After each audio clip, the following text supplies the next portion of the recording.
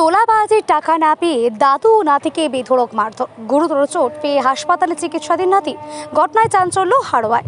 হাড়োয়া থানার অন্তর্গত গোপালপুর এলাকার ঘটনা। আক্রান্ত নাবালক নাতি জিশান মণ্ডল এবং দাদুর জোহর আলী মণ্ডল। অভিযোগ, এলাকায় দুষ্কৃতীদের দৌরাত্ম্য বেড়েছে, ব্যবসায়ীদের কাছে তোলা আদায় করেছে দুষ্কৃতীরা।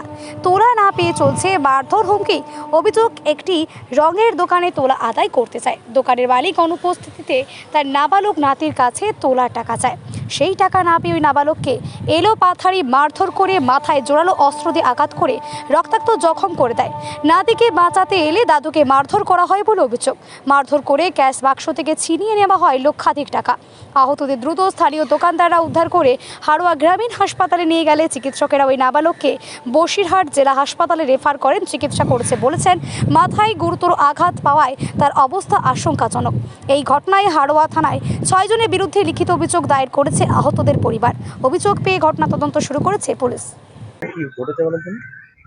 গোপালপুর বটতলা বাজারে আমার দাদা জাফর আলী মন্ডল ওর রঙের দোকান আছে। দাদা 2-3 দিন বাইরে আছে, ভাইপো দোকানে ছিল। এলাকার একদল দুষ্কৃতী দীর্ঘদিন ধরে তোলা আদায় করে ওরা। ওরা দোকান থেকে টাকা চায়, দাদা টাকা দিতে অস্বীকার করে। এবার আজকের সন্ধ্যাবেলায় ভাইপো দোকানে ছিল, সন্ধ্যার সময় বিভিন্নভাবে থেকে টাকা কালেকশন হয়, প্রায় লক্ষাধিকের ওপর টাকা কালেকশন হয়েছে। ওরা 4 দোকানে বসেছিল, ওরা হঠাৎ অতর্কিত এসে দোকানে হামলা করে ভাইপোকে প্রচণ্ড মারধর করে এবং ওই টাকাগুলো লুটপাট করে নিয়ে চলে যায়। ওরা দীর্ঘদিন ধরে বটতলা বাজারে বিভিন্ন রকম সন্ত্রাস করে বেড়ায়। এরা কি কোনো রাজনৈতিক পরিচয় আছে ওদের? না, ওরা সন্ত্রাসবাদী, দুষ্কৃতী, তাই তো? দুষ্কৃতী ওরা। কজনকে বিভিন্ন মারধর করে? হ্যাঁ, কজনকে মারধর করে? ও আমার ভাইপো দোকানে ছিল, ভাইপোর মারধর করলে আমার বাবা দূরে ছিল, সেখানে গিয়ে বাবা গেলে বাবারও মারধর করে। কিতে মেরেছে?